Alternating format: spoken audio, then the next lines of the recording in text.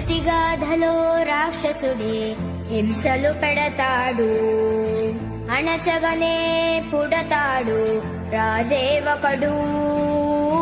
శత్రువునే కడదేర్చే పనిలో మన రాజు, హింసలనే మరిగాడు మంచిని మరిచే.